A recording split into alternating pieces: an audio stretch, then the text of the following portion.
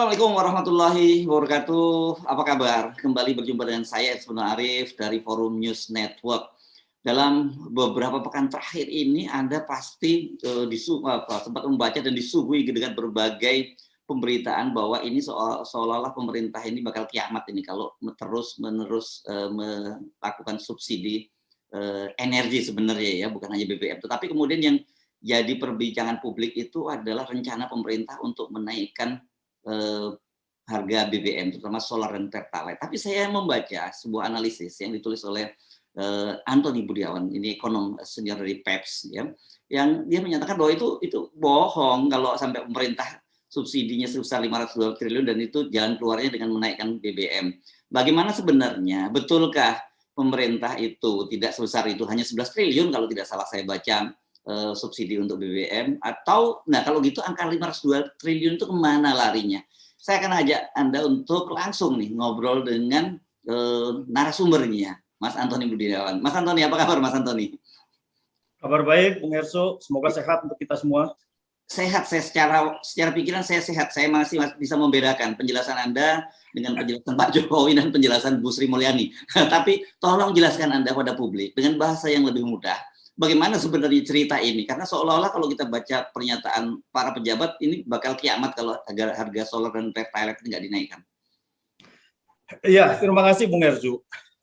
Begini, memang kalau kita melihat hak pemerintah di dalam mengelola kebijakan fiskal, itu adalah hak penuh pemerintah dengan DPR. Apakah itu harga BBM mau dinaikkan atau tidak, itu bisa dibicarakan harusnya dengan DPR.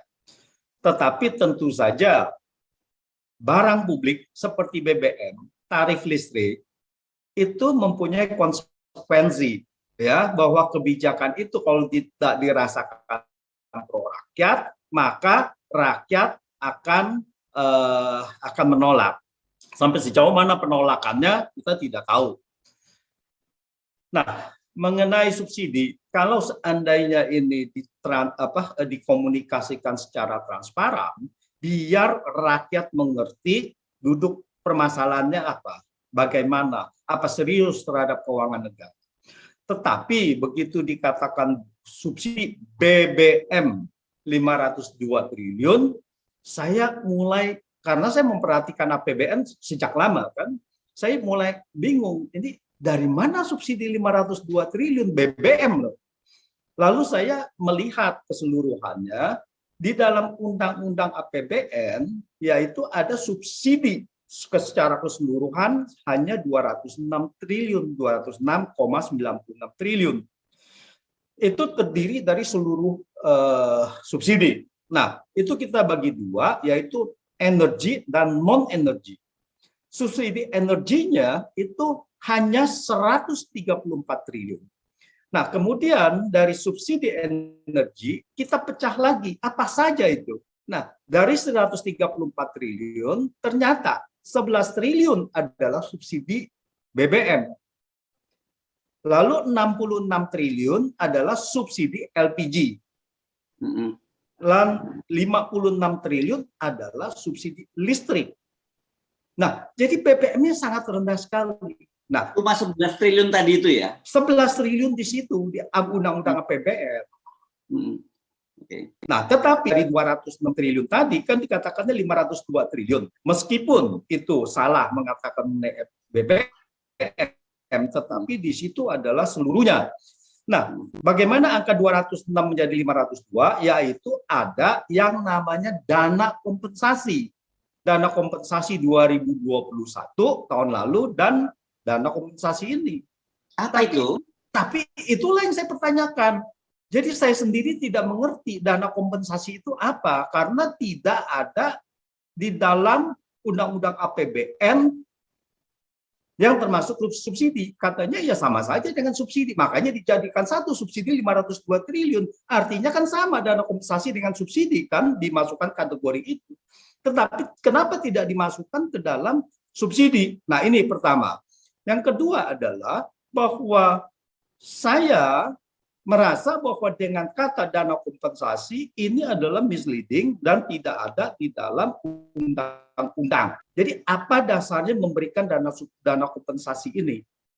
Nah, ini yang membuat 108 triliun adalah tahun lalu, tetapi kita juga tidak tahu apakah 108 triliun itu hanya untuk BBM, hanya untuk apakah juga LPG, ataukah ada yang lainnya juga seperti tadi kan urutannya kan, dan juga apakah ada yang non energi, ada listrik dan sebagainya juga dan itu. Nah, lalu kemudian ada 200 triliun, sekitar 200 triliunan itu adalah untuk tahun ini. Tetapi data itu tidak transparan. Jadi saya minta kalau ada data itu di dalam undang-undang APBN tolong diberikan. Statement kita akan koreksi. Kalau itu memang benar, maka kita akan membantu pemerintah mengkomunikasikan bahwa ini sesungguhnya terjadi. Tetapi itu saya tidak melihat. Gitu. Nah, begitu kalau ditanyakan ya selalu mengatakan bahwa ini ada dana kompensasi dan sebagainya. Nah, itu mengenai selisih dari 502 triliun. Nah, ternyata cuma 11 triliun. Dana kompensasi yang benar-benar BBM berapa? Nah, itu juga perlu dibuka kepada publik. Jadi dengan alasan yang benar, maka publik bisa menilai apakah memang ini pantas dinaikkan atau tidak BBM itu. Apakah APBN ini akan benar-benar jebol atau tidak? Faktanya adalah sampai dengan Juli 2022 realisasi APBN surplus 106 triliun. Oke. Jadi bagaimana APBN akan jebolnya bagaimana dengan ada surplus kok mau minta lagi kepada rakyat untuk mengurangi, untuk menambal ini. Nah, jadi ini benar-benar kebijakan APBN kalau data ini semuanya yang ada di pemerintah adalah benar dan tidak, ini adalah sangat melukai rakyat. Ya. Kebijakan fiskalnya ya. Ya. Itu sangat melukai rakyat. Orang masih ada surplus kok. Ya. Ya, silakan. Saya baca ini, ya ini ada berita ya. Berita ini tanggal itu pada bulan Juli ya. Juli tanggal 27 Juli. Ini ada pernyataan Bu Sri Mulyani bahwa APBN kita surplus 73,6 triliun ya. Kemudian pada Agustus, ini baru tanggal 11 Agustus yang lalu. Bu Sri Mulyani juga menyatakan bahwa surplusnya APBN kita 100 triliun. Nah, tadi Anda menyebut pada bulan Juli ada yang 106 triliun. Datanya yang mana ini yang benar dan apa artinya dengan menyebut surplus APBN itu? Itu Agustus adalah untuk realisasi sampai dengan Juli. Jadi yang saya katakan realisasi Juli sudah mencapai 106 triliun. Ya, dibulatkan dalam pandangan segala ya 100 triliun lah ya. Nah, itu adalah sama, data yang terakhir itu sama. Jadi Agustus itu adalah data untuk realisasi Juli. Ya, jadi di situ adalah masih surplus. Ini yang saya katakan, masih surplus besar. Jadi uang ini mau digunakan untuk apa? Kalau diambil untuk menaikkan harga BBM, kemudian untuk digunakan untuk pembangunan misalkan proyek-proyek lain, proyek infrastruktur, IKN apa segala. Nah, ini menunjukkan kebijakan politik, ekonomi, fiskal ini sangat tidak pro rakyat, malah sangat membebani rakyat di tengah inflasi yang sangat tinggi, inflasi pangan mencapai 11% lebih, bagaimana kemudian harga BBM itu dikatakan akan harus dinaikkan karena APBN jebol. Ini kan tidak benar semua apa yang menjadi alasan itu. Ini yang membuat kami prihatin. Oke. Nah, mari kita Anda juga beberapa tulisan Anda pertama saya mau ngomongin soal BBM dulu, soal produksi kan, dan ini juga selalu jadi alasan pemerintah bahwa kita ini sudah net importer gitu ya. Jadi sekarang ini besar sekali subsidinya karena importer itu. Tapi dalam tulisan Anda menjelaskan bahwa yang bahan bakar subsidi yang diimpor itu nggak ada yang disubsidi, semua sudah sesuai dengan harga pasaran. Sementara harga yang diproduksi dalam negeri pun juga masih surplus gitu. Nah, ini yang saya tulis adalah untuk simplifikasi dan menurut saya adalah ini terjadi realitanya di lapangan. Begini, Kan kita sudah tahu kalau harga BBM yang RON 92 ke atas, artinya Pertamax dan seterusnya itu adalah sudah dinamakan BBM non subsidi. Artinya pada saat itu sudah mengikuti harga pasar. Jadi yang kita banyak import adalah BBM untuk yang secara keseluruhannya digunakan untuk non subsidi dan juga untuk BBM industri. Itu semuanya sudah keekonomian. Nah, jadi kalau kita alokasikan bahwa subsidi sebenarnya itu kan tidak ada lagi tanggungan dari pemerintah. Ya, tanggungan itu karena itu sudah harga keekonomian. Nah, berapa yang dari tanggungan pemerintah yaitu untuk yang bersubsidi. Nah, sebetulnya Pertalite itu sebenarnya awalnya harusnya adalah premium gitu, tapi Pertalite sekarang masuk ke dalam bantuan itu. Nah, jadi kalau kita lihat Indonesia kan mempunyai minyak, ya, dikerjakan oleh kontraktor-kontraktor. Produksi kita sampai dengan Januari Juni adalah 611.000 barel per hari. Jadi kalau saya hitung, kalau ini berlangsung juga di semester 2, ya, maka produksi kita mendapatkan minyak mentah setelah bagi hasil sekitar 20 miliar liter, 20 kiloliter. Nah, berapa harga perolehan ini? 0, karena ini bagi hasil. Setelah dikurangin, saya mendapatkan sekian gitu.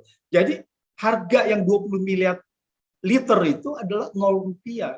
Ini minyak kalau mau dijual, ya? Minyak mentah. itu minyak mentah. Ya. Lalu ada ongkos kilang lah, biaya kilang dan sebagainya. Itu cuma berapa? Diperkirakan kalau kilang lama adalah $5 per barel. Atau kalau kita rupiahkan 472 rupiah atau sekitar 500 rupiah. Kalau kilang baru adalah sekitar $10. Karena ada apa? Karena ada depresiasi. Nah, kalau kilang lama depresiasinya sudah habis gitu. Praktis. Nah, makanya dia lebih rendah. Nah, itulah. Jadi sekitar segitu. Jadi kalau itu anggap 500 rupiah, maka kalau pemerintah harus menjual Pertalite 7.600, tetapi setelah dikurangin biaya distribusi, setelah dikurangin margin keuntungan untuk Pertamina, dan pajak PBBKB, pajak bahan bakar kendaraan bermotor, dan PPN, itu anggap 6.000 rupiah net yang diterima pemerintah. Nah, dikurangin 500 rupiah berarti pemerintah setiap penjualan Pertalite masih surplus 5.500 rupiah per liter. Oke, jadi dengan bertahan dengan harga sekarang pun sebenarnya tidak akan berpengaruh terhadap APBN pemerintah. Seharusnya tidak terpengaruh, tetapi bahwa pemerintah memang milik minyak pemerintah itu tidak cukup untuk memenuhi kebutuhan konsumsi dalam negeri. Ya, kalau kita bicara Pertalite dan solar saja itu sekitar 30 kiloliter lah, ya 30 miliar liter. Yang kita ada cuman sekitar 20. Nah, untuk itu maka digunakan untuk impor. Nah, setelah saya hitung-hitung lagi impor harganya berapa, anggap aja lah impor harganya diskrepensinya 5.000. Nah, itu kan harus ditomboki oleh pemerintah supaya Pertamina tidak rugi. Nah, kalau 5.000 per liter dan untuk kebutuhan Pertalite di mana sebagai substitusi, bukan sebagai komplementer dari BBM pemerintah, yaitu cuma 10 miliar, berarti kekurangan 11,7 miliar. Kalau dikalikan 5.000 baru 58 triliun sekian. Dan pemerintah mendapatkan 91 triliun. Jadi kalau itu subsidi 5.000 pun yang dari hasil import itu sudah tidak membebani lagi keuangan negara. Karena di situ secara keseluruhan masih positif. Oke. Nah, inilah yang saya katakan keuangan migas negara. Ya. Nah, ini kan selalu wacananya yang disebutkan kalau kemudian ini subsidi ini salah sasaran, gitu, karena orang kaya yang menikmati harusnya padahal subsidi itu disampaikan kepada orang miskin. Dan kalau kemudian Ibu Sri Mulyani misalnya memberikan gambaran ini kalau dihapus itu bisa bangun sampai berapa 3.000 lebih rumah sakit kalau tidak salah, kemudian bisa jalan tol 3.500. Itu hitung-hitungan dari mana itu? Ini begini, ini selalu begitu ada mau kenaikan harga BBM, selalu mengatakan bahwa subsidi ini salah sasaran. Itu sudah dari berapa lama, 10 tahun yang lalu, 12 tahun yang lalu. Itu adalah untuk menjustifikasi bahwa saya harus menaikkan harga BBM, ini salah sasaran. Sekarang begini, konsep negara di dalam subsidi itu secara substansi yang mengatakan begitu itu adalah tidak mengerti. Itu adalah misleading. Begini, saya mau kasihkan ilustrasi. Kita tahu bahwa di banyak negara Eropa bahwa pemerintahnya memberikan fasilitas kepada warga negaranya dengan sekolah gratis.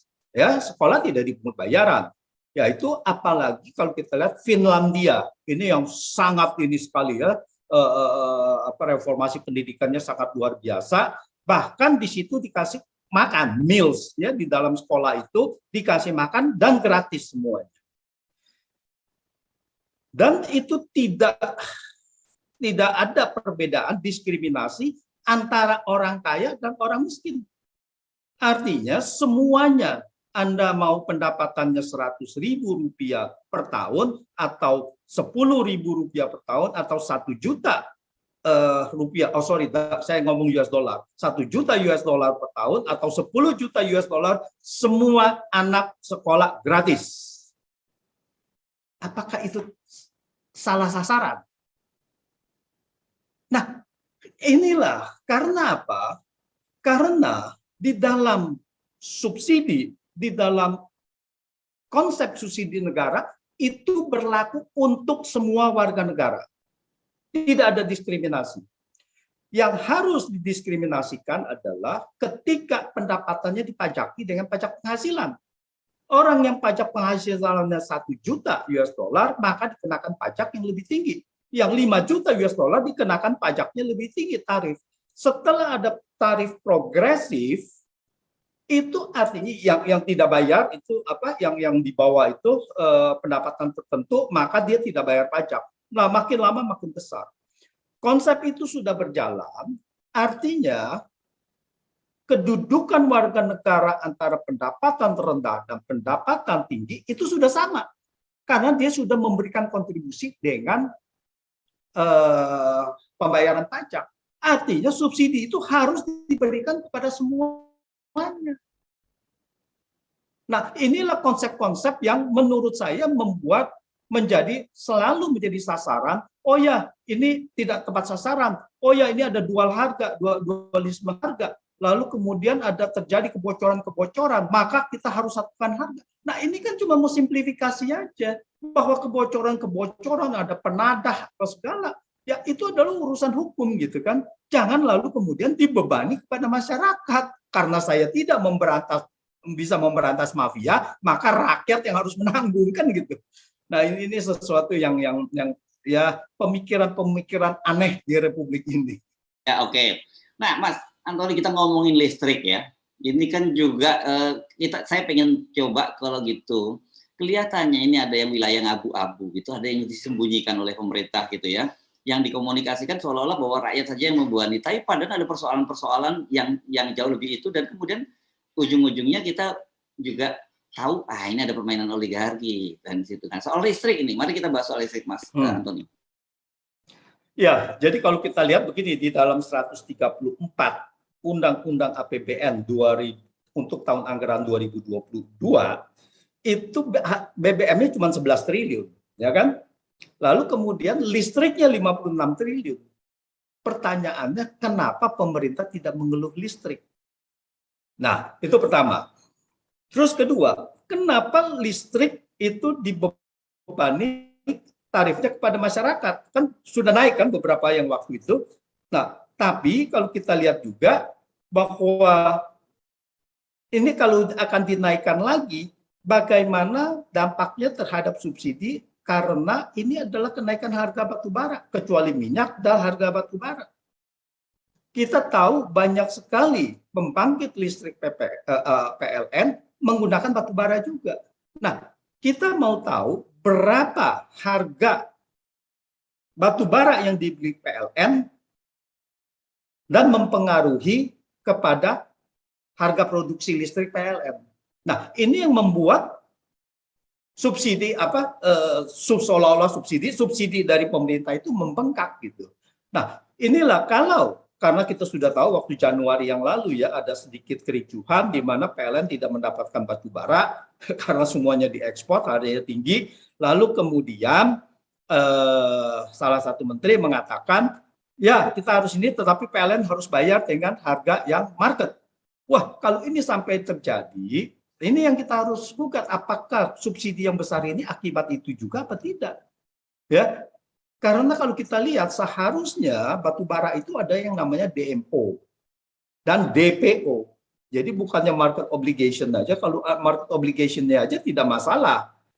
Kalau harganya juga menurut internasional dengan yang DPO, ya, domestic price obligation, yang itu waktu dihitungan $70 kalau nggak salah. Nah, kalau ini dilanggar dan menjadi harga internasional, maka harga produksi listrik PLN pasti akan membengkak dan ini pasti harus disub. Nah, jangan sampai tarif listrik yang diminta kepada rakyat naik, tetapi sebetulnya nanti digunakan kenaikan untuk harga batu bara yang lebih mahal. Harga pembelian batu bara yang lebih mahal. Ini sama juga mengalokasikan uang rakyat kepada pemilik tambang batu bara. Nah, untuk itu harusnya kalau ini terjadi dan kita minta transparansi dari PLN berapa harga batu bara dan berapa kenaikannya itu dan berapa kenaikannya terhadap tarif listrik, terhadap listrik, dan kalau memang ini sangat besar sekali, ya kenapa negara tidak mengambil alih itu batu bara untuk menjadi milik negara? Karena kan Undang-Undang Dasar kita pasal 33 mengatakan bahwa itu harus dikuasai negara dan digunakan sebesar-besarnya untuk kemakmuran rakyat. Nah, kalau ini PLN saja harus membeli yang menguasai hajat hidup orang banyak, harus membeli dengan harga internasional, ya berarti ini sudah kita bilang pasal 33 sudah benar-benar mati. Begitu Bung Ersud. Oke, ya. Nah ini kalau soal listrik itu kan kita tahu ada beberapa persoalan. Satu tadi soal kita tahu bahwa penguasaan batu bara oleh swasta itu sangat besar. Kedua ada juga problem di internal PLN yang berkaitan dengan independent power plant, ya perusahaan-perusahaan suplai swasta itu, dan di situ berlaku kalau nggak salah aturan hukumnya. Pokoknya lu kalau udah beli semacam jual putus, mau dipakai nggak dipakai itu juga tetap harus bayar. Karena ada juga klausul semacam itu kan di PLN. Ini yang kemarin juga banyak dikeluhkan, Mas Antoni. Iya, itu salah satu adalah distorsi dari pengadaan listrik di Indonesia. Bahwa IPP ini adalah satu, harganya memang cukup mau tinggi dan dia juga tidak mau rugi, maka di situ dia harus menjamin keuntungan. Karena di situ 30 tahun atau berapapun gitu. Nah, makanya itu adalah satu kesalahan. Kalau investasi sebesar itu, lalu yang sudah pasti ini adalah untung, kenapa harus dikasihkan kepada IPP? Kenapa tidak langsung sendiri bahwa PLN itu yang menginvestasi? Dan perlu diingat, kalau IPP-nya adalah asing, maka ini akan terjadi pengerukan. Saya sebutnya namanya pengerukan ya, artinya adalah outflow dari rakyat pengguna listrik dalam negeri kepada perusahaan asing dalam bentuk dividen keluar. Ini yang membuat transaksi berjalan kita menjadi defisit semakin lama semakin besar. Salah satu kontribusi dari ini adalah defisit transaksi berjalan dari hal-hal yang seperti ini. Ya, karena saya merasa misalnya nggak fair juga buat PLN, dan itu dampaknya akhirnya nggak fair buat rakyat ketika ada klausul dengan independent power plant yang saya tadi sebut itu, kalau nggak salah apa sih istilahnya itu, take or pay ya istilahnya ya, Mas Antoni ya. Ya itulah memang bahwa di sini adalah ya seharusnya kalau memang dia mau, kalau memang mau seperti itu, jangan mendompleng kepada PLN untuk memberikan garansi. Kalau IPP dibolehkan, kenapa tidak bersaing aja bahwa dia menjual kepada rakyat langsung? Nah, insya Allah kan sama saja, dia sudah menjual rakyat langsung, tapi kenapa melalui PLN? Ini regulasi setengah-setengah yang memang maunya adalah menguntungkan si investor dengan apapun risiko itu akan ditanggung oleh PLN dan rakyat. Ya, ya, ya. Jadi IPP harus dibarengin dengan Anda boleh menjual langsung pada rakyat. Jadi PLN tinggal mengambil traffic aja. Kalau Anda melewat jaringan transmisi saya, Anda bayar sekian. Nah, justru itulah PLN akan selalu untung kan gitu, karena transmisi dia yang miliki. Nah, tapi apakah tidak kemudian harganya nanti regulasi harganya siapa yang ngatur? Mereka bisa dengan seenaknya aja turunkan harga itu. Ada ceiling. Oh, ada batas. Ada plafonnya dong selalu. Ya, seperti sekarang ada plafonnya itu gitu. Dia harus bisa bermain di area situ gitu. Dan kalau ini seandainya ini terjadi persaingan, maka yang satu mengatakan 8 sen, yang satu mengatakan 7 sen, yang satu mengatakan 6 sen, ya itu akan terjadi kompetisi dengan sendirinya juga gitu. Dan itu semua sudah diatur juga, terjadi juga di Amerika gitu. Bahkan juga bahwa si solar power, solar cell juga bersaing dengan mereka. Tapi persoalannya yang saya dengar justru kenapa terjadi semacam ini, karena sebenarnya pemilik IPP ini kebanyakan diantara kita juga mantan-mantan para pejabat juga. Ada pejabat, mantan-mantan para pejabat yang menguasai ini. Itulah bahwa negara kita ini bukan memikirkan rakyat, tetapi memikirkan kantong sendiri. Jadi apakah itu mantan pejabat tidak mungkin dia mencari sendiri kalau tidak ada backing capital di belakang. Jadi pada saat itu ada backing capital di belakang, kemudian menggunakan nama pejabat, dan nama ini adalah sudah mempunyai koneksi-koneksi, ya sebetulnya ini adalah masalah koneksi, masalah network yang kemudian dia dipakai. Jadi ujung-ujungnya adalah tetap aja sih kapitalis. Ya, itu dia saya kira gitu. Oke, Mas Antoni, ini kan agak complicated ya, ada detail angka-angka dan sebagainya gitu ya. Kalau kita sederhanakan lagi dan kita simpulkan gitu, jadi di tengah ribut-ribut soal rencana menaikkan Pertalite dan solar ini sebenarnya apa sesungguhnya yang terjadi? Pertama adalah komunikasi. Kalau kita sudah begini, kita punya BBM sudah disederhanakan, subsidi BBM sudah disederhanakan. Kalau dulu ada Pertamax dan sebagainya itu semua disubsidi, sekarang sudah disederhanakan menjadi hanya tertentu. Ya, namanya JBT, jenis BBM bahan bakar tertentu. Yaitu kalau sekarang adalah karena premium juga sudah hampir tidak ada, boleh bilang tidak ada ya. Sekarang tinggal Pertalite dan biosolar. Ya, minyak tanah juga sudah tidak ada. Sebetulnya ini dua ini yang besar, biosolar dengan Pertalite. Nah, ini harus dikomunikasikan yang benar. Kalau seandainya mau dinaikkan harganya, apakah BBM ini memang membebani keuangan negara atau tidak? Jangan dijadikan alasan terus dan rakyat yang dibebani dalam kondisi yang ekonomi juga memang masih sulit. Nah, jadi sederhananya adalah bahwa BBM, subsidi BBM yang begitu besar itu adalah tidak benar. Secara keseluruhan neraca keuangan dari BBM ini harusnya masih surplus. Saya melihatnya harusnya masih surplus. Ya, dengan hitung-hitungan yang pernah saya indikan. Jadi bicarakanlah yang benar. Kalau itu ada di masalah listrik, ya kita harus bicarakan ini adalah masalah listrik. Jangan masalah subsidi yang lain-lainnya besar, lalu ujung-ujungnya hanya yang dibebani ya rakyat yang BBM ini gitu, Pertalite. Nah, ini jadi komunikasinya harus benar-benar transparan. Oke, jadi karena seolah-olah sekarang ini yang jadi sumber biang keladi kekacauan ini hanya BBM, itu yang muncul komunikasi ke publiknya kan ya? Ya. Okay. Nah, ini yang harus diluruskan.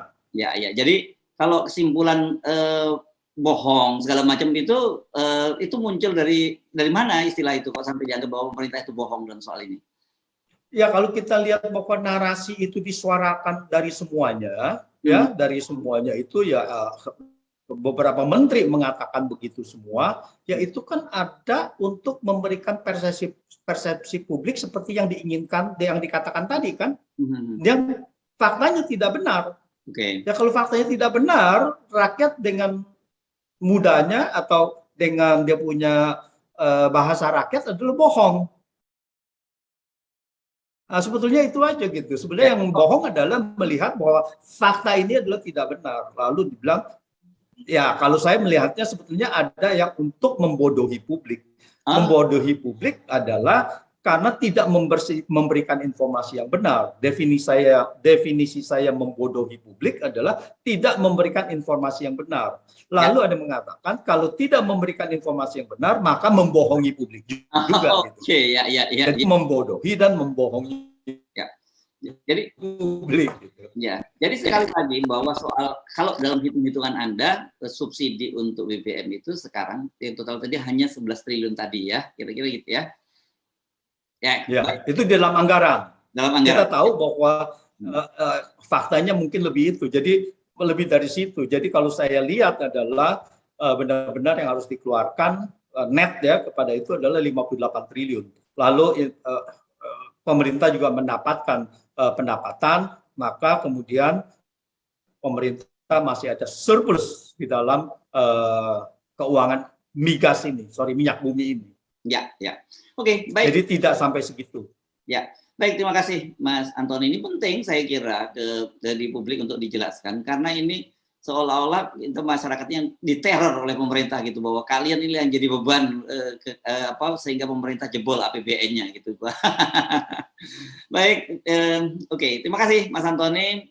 Beliau ini adalah ekonom senior dari PEPS atau Public Economy Policy Studies gitu ya Mas ya. Ya, terima kasih. Oke, terima kasih. Ya, demikian tadi wawancara atau perbincangan saya dengan Antoni Budiawan, ekonom senior dari PEPS. Mudah-mudahan Anda bisa lebih dapat modal ini kalau mau berdiskusikan soal kenaikan harga BBM ini. Jangan hanya terima begitu saja apapun narasi yang disampaikan oleh pemerintah. Karena bahasanya yang lebih mudah tadi, jangan mau dibodohi oleh pemerintah. Saya Ersmino Arif dari Forum News Network. Assalamualaikum warahmatullahi wabarakatuh.